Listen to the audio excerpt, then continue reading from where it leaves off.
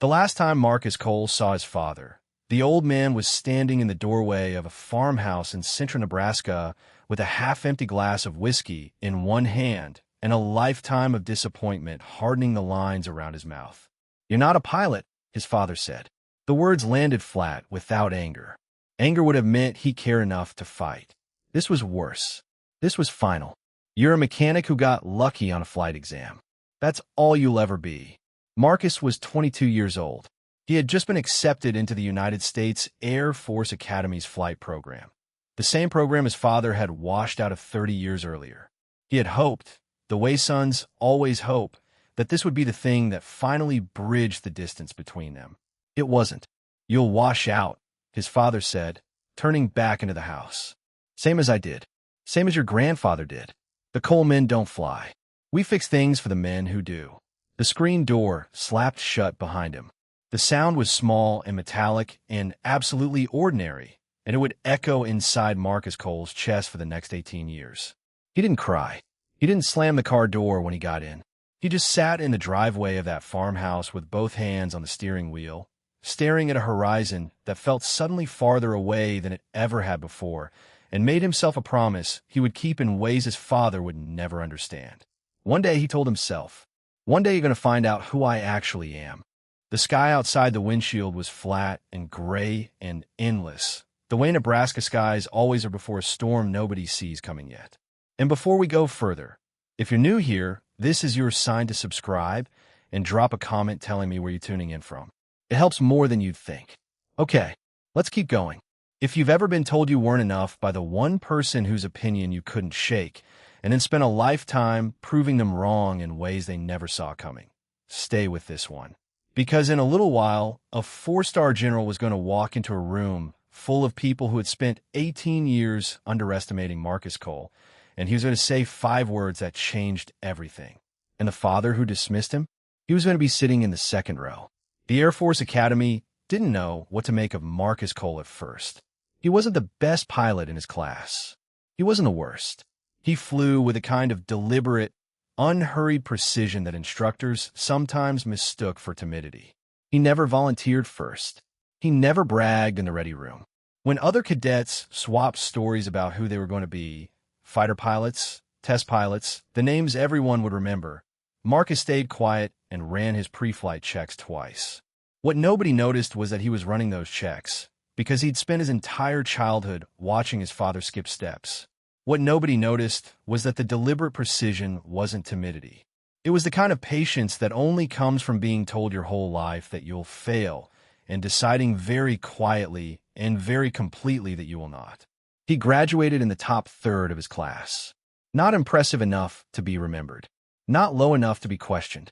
Exactly where he wanted to be. His first assignment was C-17 Globemasters out of McCord. Cargo Planes. The unglamorous workhorse of the Air Force, hauling equipment and personnel across oceans while fighter pilots got the movies made about them. Marcus's father heard about the assignment through Marcus's sister, the only family member who still called, and his response was exactly what Marcus expected. "Told you. Transpo. Couldn't cut it for fighters." Marcus didn't correct him. He had stopped trying to correct his father years ago.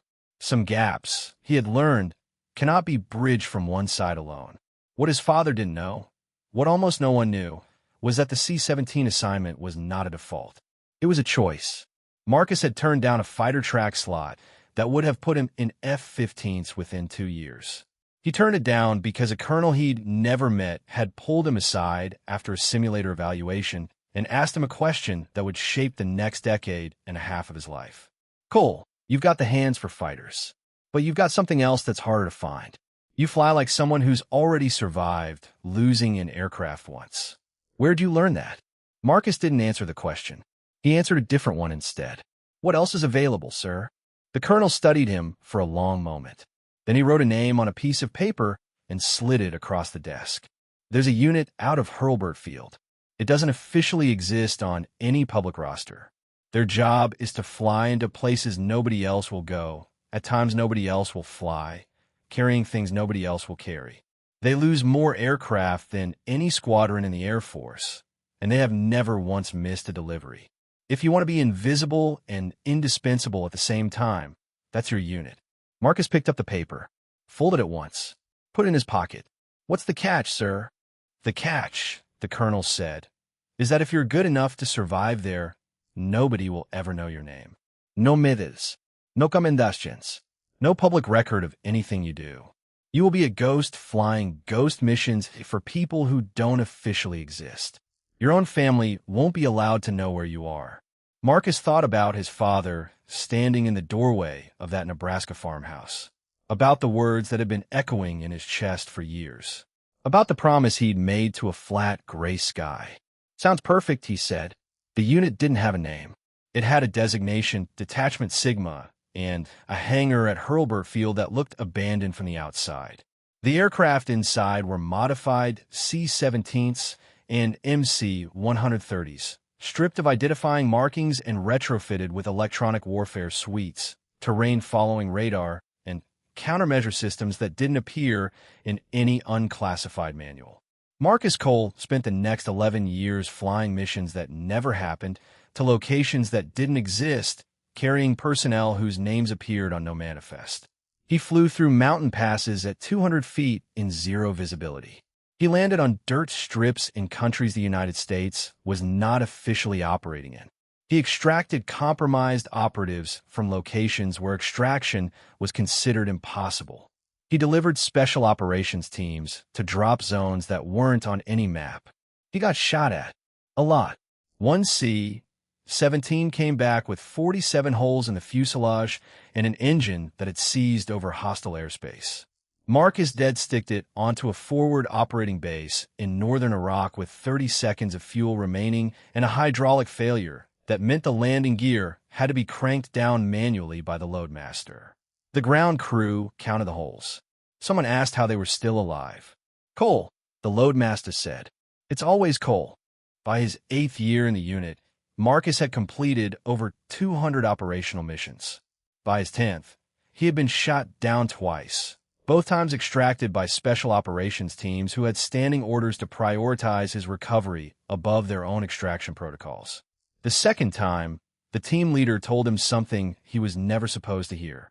There's a 4-star at CENTCOM who personally signed the order authorizing this extraction. He told us to treat your life as a strategic asset. Who are you? Marcus, bruised and exhausted and nursing a fractured rib, gave the same answer he always gave. Just a pilot. His father knew none of this. To the man on the farm in Nebraska, Marcus Cole was still the son who couldn't cut it for fighters. The son who flew cargo planes. The son who never made a name for himself, never got promoted past lieutenant colonel, never gave his father anything to brag about at the VFW hall. When Marcus's mother died, the one person in his family who had always believed in him, without evidence, without reason, just because she was his mother, he flew home for the funeral in his dress blues. His father shook his hand like a stranger. Still flying transports? Yes, sir. His father nodded once, the way you nod at news that confirms something you already believed, and walked away. Marcus stood alone beside his mother's grave as the Nebraska wind pulled at the hem of his uniform jacket, and he felt the weight of 15 years of invisible service pressing against his chest like a hell breath. One day he thought again. One day you're going to see. The mission that changed everything came in late autumn, 3 years later. Marcus was 43 years old and had just submitted his retirement paperwork. After 22 years of service, most of it invisible, most of it still classified, he was ready to disappear into civilian life the same way he had disappeared into every mission, quietly, without ceremony, without anyone noticing he'd gone. Then the phone rang. It was the unit commander, a voice Marcus had flown under for 8 years and trusted more than almost anyone alive. Cole, I need you to unsubmit that paperwork. Sir, there's a situation. I can't brief you over the phone. Get a Hurlburt by 0600 tomorrow. What kind of situation? The pause that followed was longer than Marcus expected. When his commander spoke again, his voice had changed. The kind where they ask for you by name, Cole. Not your rank, not your position. Your name. Somebody very high up just called my office and said, and I'm quoting, "We need the pilot who doesn't exist." The briefing room at Hurlburt Field was empty except for 3 men when Marcus walked in. His commander, Colonel Reyes, stood near the door with an expression that Marcus had learned to read over the years. The particular tightness around the jaw that meant something bad was already in motion and getting worse. At the head of the table sat a man in civilian clothes who radiated the kind of authority that didn't need a uniform to be felt. He was in his 60s, gray-haired, with the weathered face of someone who had spent decades making decisions that cost lives and had learned to carry that weight without flinching. The third man was standing at the window with his back to the room. Full dress uniform, 4 stars on each shoulder. Marcus stopped in the doorway. "Sir," he said. The word came out automatically, the reflex of 22 years of service encountering a rank that made colonels stand at attention. The 4-star general turned from the window. He was older than Marcus expected, late 60s, maybe early 70s, with the kind of face that had seen everything and was surprised by nothing. "Lieutenant Colonel Cole," the general said. "I've been trying to meet you for 12 years. You're a difficult man to find." "I try, sir." The general almost smiled. It was the kind of smile that didn't reach his eyes, because his eyes were already calculating the next move in a game that Marcus couldn't yet see. "Sit down, son. We have a problem." The problem was this. A special operations team had been compromised in hostile territory. Not just any team, a unit that had been running deep cover intelligence gathering in a region the United States was not officially operating in. Their cover had been blown by a leak inside the Department of Defense. Someone with high-level clearance had sold their location to the wrong people, and now 14 American operatives were pinned down in a valley with no extraction route, no air support, and a closing window of approximately 28 hours before the enemy forces surrounding them coordinated a final assault. "Sir," Marcus said carefully, "this sounds like a job for the 160th SOAR. Night Stalkers specialize in exactly this kind of extraction." "The Night Stalkers can't do it," the man in civilian clothes said. He spoke for the first time, his voice flat and uninflected. "The valley therein has terrain that doesn't appear on satellite imagery. It was deliberately excluded from every mapping database 20 years ago because of a classified facility that was built there and later abandoned. The only people who've ever flown into that valley successfully are pilots who've done it before." "Which pilots, sir?" "You," the general said. "You flew a resupply mission into that exact coordinates in 2014. Operation Black Dagger. You put a C-17 down on a dirt strip that was 900 feet shorter than the aircraft's minimum landing distance and took off again with half a mountain range in your flight path and 0 visibility. You're the only pilot in the United States Air Force who's ever landed there and lived." Marcus was quiet for a moment.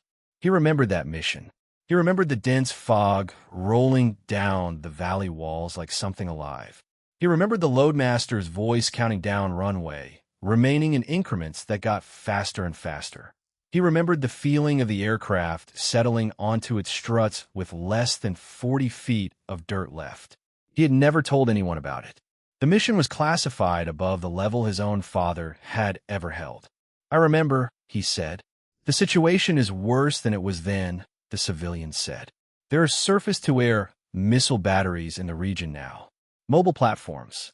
They move every 6 hours. We have a window," the general said. "A gap in the SAM coverage that opens at 0300 local and closes at 0347. 47 minutes. That's how long you'll have to enter the valley, land, extract 14 personnel, and get back above radar coverage before the batteries cycle back online." Marcus looked at the coordinates on the map, then at the topographical overlay, then at the weather forecast for the valley at 0300, fog, low cloud ceiling, wind shear off the eastern ridge. "Sir, with respect, that's not a window. That's a suicide run." "I know," the general said. "That's why I asked for you." Marcus stared at him. Something old and cold settled into his stomach. The familiar weight of an impossible mission. The particular quiet that came before a decision that couldn't be unmade. "Who are the operatives on the ground, sir?" "That's classified. The leak. The person inside the DoD who sold them out. Do we know who it is?" A pause. The general glanced at the civilian, who nodded once. "We know," that the general said, "and we'll deal with it. but dealing with it takes time we don't have right now. Right now, 14 Americans are going to die unless someone flies into a valley that doesn't exist and pulls them out before the sun comes up. Marcus looked at the map again, at the narrow corridor between mountain peaks, at the red circles marking SAM coverage that shifted every 6 hours, at the tiny dot in the center of the valley where 14 people were waiting to die. "I'll need a crew," he said. "You'll have one. I pulled your old loadmaster out of retirement. He's already in the hangar." Marcus felt something catch in his chest. His loadmaster from the Sigma years. A man named Danny Ortiz who had survived every impossible mission Marcus had ever flown and had once told him, half joking, that the only reason he was still alive was because Marcus Cole refused to die first. "When do we leave?" 2 hours. And my retirement paperwork? Already shredded. Marcus stood up. For a moment, he just looked at the general. This man with 4 stars on his shoulders who had apparently been tracking his career for 12 years without him ever knowing it. "Sir, one question." "Go ahead." "Why me?" "There are pilots younger than me. Faster reflexes. Less mileage on the airframe." The general met his eyes. And for the first time in the conversation, something in his expression shifted from the professional mask of command to something quieter, something that looked almost like respect. "Because you've spent your entire career flying missions nobody else would take, into conditions nobody else would survive, and you have never, not once, failed to bring your people home. I don't need the best pilot in the Air Force. That pilot might panic when things go wrong, because things have never gone wrong for him before. I need the pilot who's already survived losing an aircraft twice and kept flying." Marcus didn't answer. He just nodded once, the way you nod when you've been seen by someone who wasn't supposed to know you existed, and walked out of the briefing room toward the hangar where Danny Ortiz was already waiting. The flight into the valley took 4 hours and 12 minutes. They flew low, below 500 feet for most of the route, hugging terrain that wasn't in any civilian navigation database, relying on a combination of terrain-following radar and Danny Ortiz's handwritten notes from the 2014 mission. Marcus flew mostly by feel, the way he'd learned to fly in the Sigma years when instruments lied, and the only thing you could trust was the particular vibration of the aircraft through your hands on the yoke. The SAM batteries were exactly where the briefing had predicted. Marcus threaded the C-17 through a gap in their coverage that felt, at several points, narrower than the aircraft's wingspan. Danny counted down the seconds in a voice so calm it was almost unnerving. 3 minutes. 2:45. We're clear of the Easter battery. 2 minutes to the next coverage cycle. Copy. The valley opened beneath them like a wound in the earth. Steep walls rising on both sides, draped in fog that hadn't lifted in 3 days. The landing strip, if you could call it that, was a dirt scar carved into the valley floor by engineers who had been dead for 30 years. "Visual on the LZ," Danny said. "I've got 14 heat signatures on the ground. They're in a defensive perimeter about 200 meters east of the strip. Looks like they've been there a while." "How long is that strip?" A pause. "About 2,400 feet usable. We need 3,300 on a good day." Marcus didn't answer. He was already running the calculations in his head. Approach angle, airspeed, flap configuration, reverse thrust on touchdown. Numbers that had been second nature for 22 years, and now felt like the only thing standing between 14 people and a shallow grave in an unnamed valley. "We're going to use the full strip plus the overrun," he said. "I want full reverse the instant the mains touch. Don't wait for my call." "Copy. Mains touch, full reverse."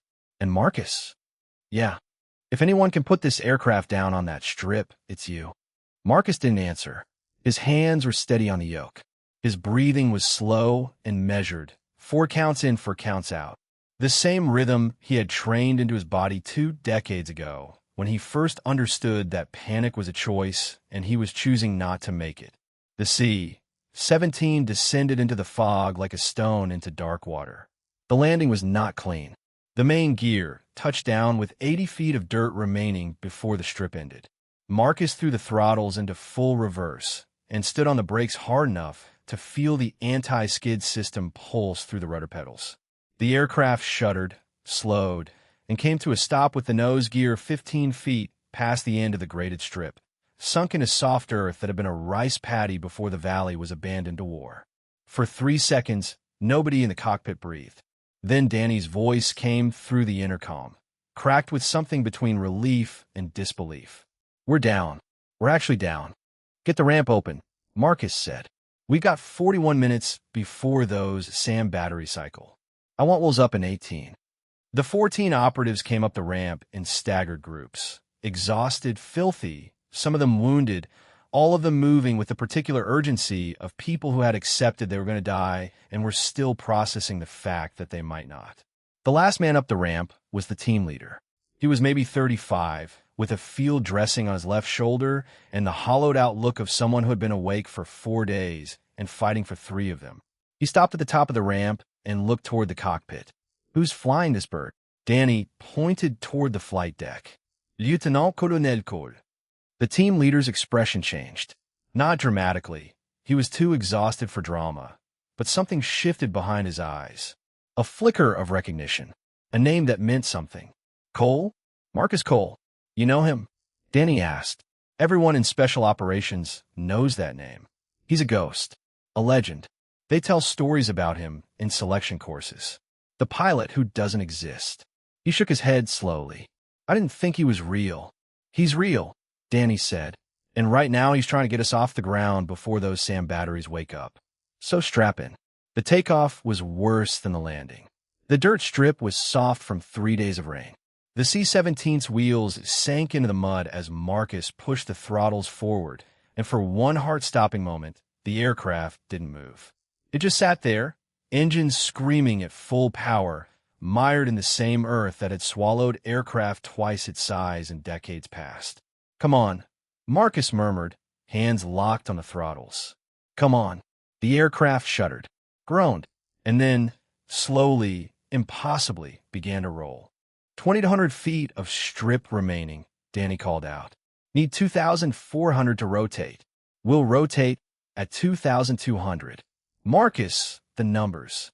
The numbers are for a fully loaded C-17 on paved runway at sea level. We're at 4,000 feet of density altitude on mud. The numbers don't apply." Danny didn't argue. He'd learned a long time ago not to argue with Marcus Cole when the aircraft was moving and the math was impossible. At 2,200 feet, Marcus pulled the yoke back. The nose gear lifted off the dirt.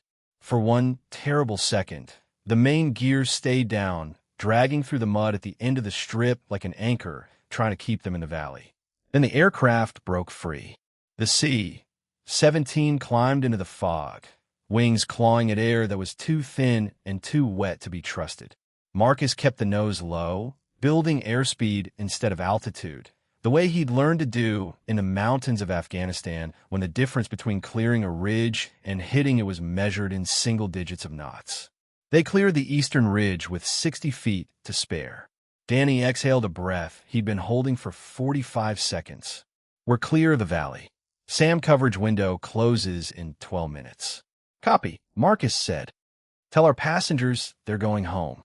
In the back of the aircraft, 14 operatives who had spent 3 days waiting to die in a valley that didn't exist sat in silence as the C-17 climbed through the cloud deck into clear sky.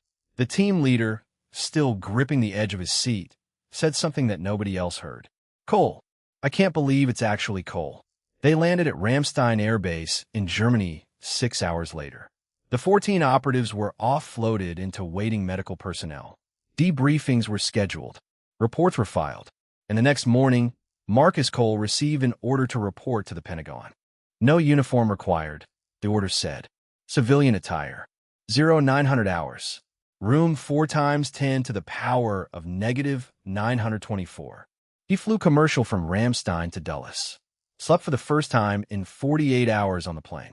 Woke up as the wheels touched down on American soil with the strange, hollow feeling of a man who had cheated death and was still trying to decide if he felt grateful or simply tired.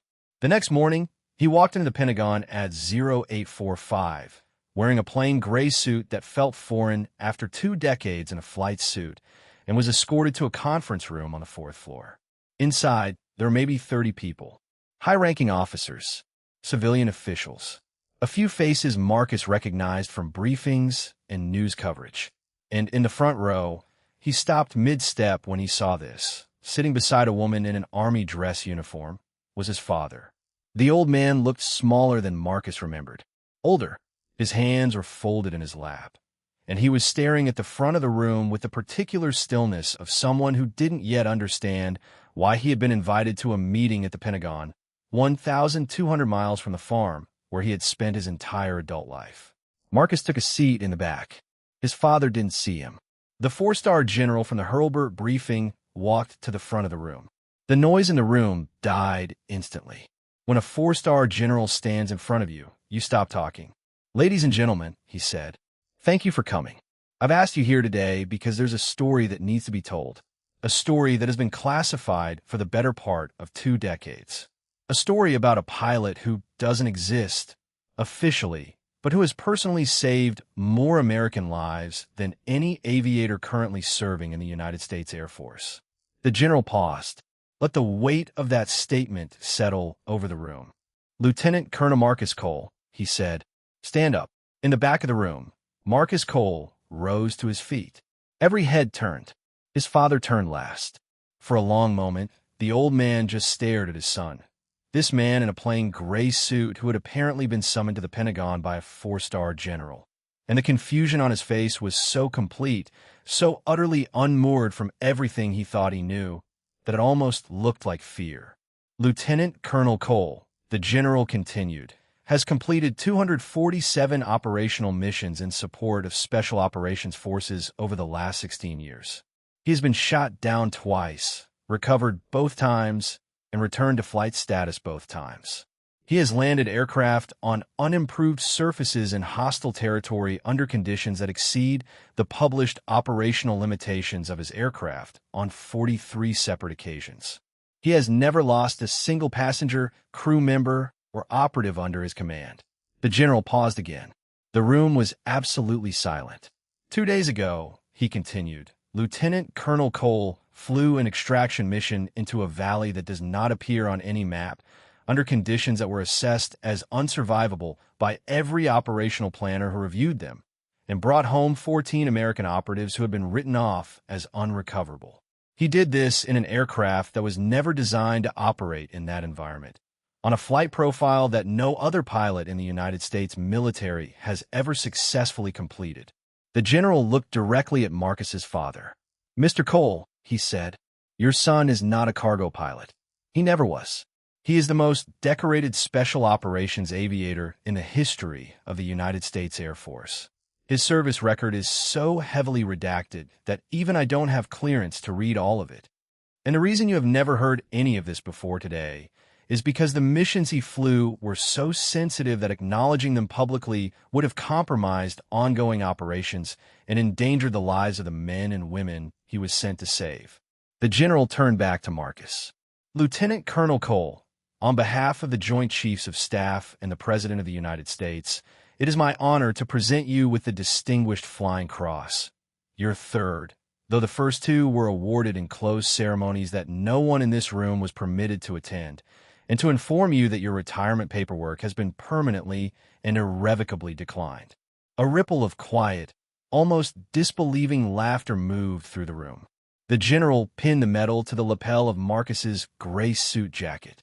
Then he stepped back and saluted. Marcus returned the salute. His hand was steady. It always was. His father didn't move. He sat in the front row, staring at his son. This stranger in a gray suit with a metal pin to his chest and a service record so classified that even the people who had written it weren't allowed to read all of it. And for the first time in 22 years, Marcus Cole saw something in his father's eyes that he had never seen before. It wasn't pride. Not yet. Pride would take time, and Marcus didn't know if his father had enough years left to get there. It was something simpler, something rawer. It was the look of a man realizing that every single thing he had ever believed about his son was wrong. They didn't speak at the reception afterward. Marcus stood near the window, accepting handshakes and quiet congratulations from officers who had heard the stories but never seen the face. His father stood near the coffee table, alone, still holding the same cup he'd picked up 20 minutes earlier and never drunk from. The general found Marcus near the end of the hour. "He doesn't know what to say to you," the general said quietly. "He never has. Give him time. This is a lot to absorb in one morning." Marcus looked across the room at his father. The slope of his shoulders, the way his hands trembled slightly around the coffee cup, the farmhouse in Nebraska, and the screen door, and the words that had followed him through 22 years of invisible service. "Sir, can I ask you something?" "Of course. How long have you been tracking my career?" The general was quiet for a moment. "Since 2014. The Black Dagger mission. I was a 2-star at CENTCOM then. I read the after-action report. The classified version, the one that included your name. And I remember thinking this pilot just did something that should have killed him. And he did it like it was a training exercise. I started following your file after that. Did you know about my father?" "I knew he was a retired Air Force mechanic. I knew he had washed out flight training. I didn't know about the rest until I had my staff put together the background for this ceremony." The general paused. "Cole, the way a father sees his son is not always the truth. Sometimes it's just a mirror of his own failures. Your father couldn't be a pilot, so he convinced himself you couldn't be one either. That's not about you. It never was." Marcus looked at the medal on his jacket, the third one he'd been awarded, the first one anyone had seen him receive. "I spent 22 years trying to prove him wrong," he said quietly. "Turns out I was proving something to myself. That's usually how it works." His father found him in the parking garage. Marcus was standing beside his rental car, loosening his tie, when he heard footsteps behind him. He turned, and there was his father, smaller than ever, older than ever, the Nebraska wind and the whiskey and the years all catching up to him at once. "Marcus!" "Dad!" The old man stood there, hands at his sides, and for a long moment, neither of them spoke. The fluorescent lights of the parking garage hummed overhead. Somewhere in the distance, traffic moved through Arlington, ordinary and indifferent. 247 missions, his father said finally. His voice was rough. "I didn't even know you'd flown one. They wouldn't let me tell you. I wouldn't have believed you if you did." Marcus didn't answer. There was nothing to say to that. It was the truest thing his father had ever said to him. "I washed out of flight school because I was scared," his father said. The words came out slowly, painfully, like something being pulled from a wound that had never fully healed. "First time the instructor handed me the controls, I panicked. Froze up. Couldn't move my hands. They scrubbed me from the program the next day and put me in maintenance. And every time I looked at you after that, all I saw was the same fear I felt in that cockpit. I didn't see you. I saw me." Marcus absorbed this in silence. 22 years of distance and disappointment. And the explanation, when it finally came, was almost unbearably simple. "I wasn't scared," Marcus said quietly. "Not in the cockpit. I was scared of you, Dad. I've been scared of you my whole life. And somewhere along the way, I figured out that the only way to stop being scared was to stop needing you to be proud of me." His father's face crumpled. Just slightly. Just enough. "I'm proud of you," he said. The words came out broken and raw and 22 years too late. "I don't have the right to be, but I am." Marcus looked at this old man, this frail, diminished figure who had loomed so large in his memory for so long, and felt something shift in his chest. Not forgiveness, exactly. Forgiveness would take longer, but something closer to understanding. "You should come to the ceremony next month," he said. "The public one. They're giving me a Legion of Merit. I'm told I have to wear the dress uniform and pretend to enjoy it." His father's eyes widened slightly. "They're giving you another medal. This one's not classified. You can actually attend." The old man stopped, swallowed. "Tried again. I'd like that." Marcus nodded once. He didn't hug his father. That too would take longer. But he didn't walk away either. He just stood there in the humming fluorescent silence of the parking garage. Two Cole men who had spent a lifetime on opposite sides of a distance neither of them knew how to close. "Get some lunch with me," Marcus said. "There's a diner a block from here. I haven't eaten since Germany." His father nodded. "Okay." They walked out of the parking garage together. Two men who had spent 22 years as strangers, finally learning how to be something else. The Legion of Merit ceremony was held at Hurlburt Field 6 weeks later. Marcus Cole stood on a stage in his dress blues with 4 rows of ribbons that had never been seen in public before, and a 4-star general pinned a medal to his chest while his father sat in the second row and watched. Afterward, the old man found him near the flight line, looking out at a row of C-17s parked in the afternoon sun. "You know what I don't understand?" his father said. "What's that? Why you never told anyone? All those years, all those missions. Why you let everyone think you were just a transport pilot?" Marcus considered the question carefully. "Because I wasn't doing it to be known," he said. "I was doing it because those people in that valley needed someone to come get them. And I could. That's the only reason that ever mattered." His father was quiet for a long moment. The sun was beginning to set behind the hangars, painting the flight line in shades of gold and amber that made the aircraft look like something from a dream. "I wasted a lot of years," his father said finally. "We both did," Marcus said. "But we're still here. That's something." His father looked at him, really looked at him, maybe for the first time in his life, and nodded slowly. "Yeah," he said, "that's something." They stood there together as the sun dropped below the hangar line and the runway lights flickered on one by one. Two coal men, finally standing on the same side of a distance that had once felt unbridgeable.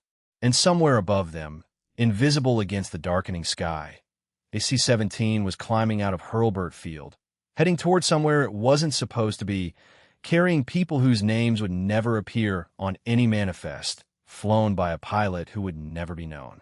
The work went on. It always did. If this story moved you, stay close. There are more like it. More legends still hiding in plain sight. More pilots whose names were never spoken aloud. More sons and daughters who spent a lifetime proving themselves to the one person who refused to see them.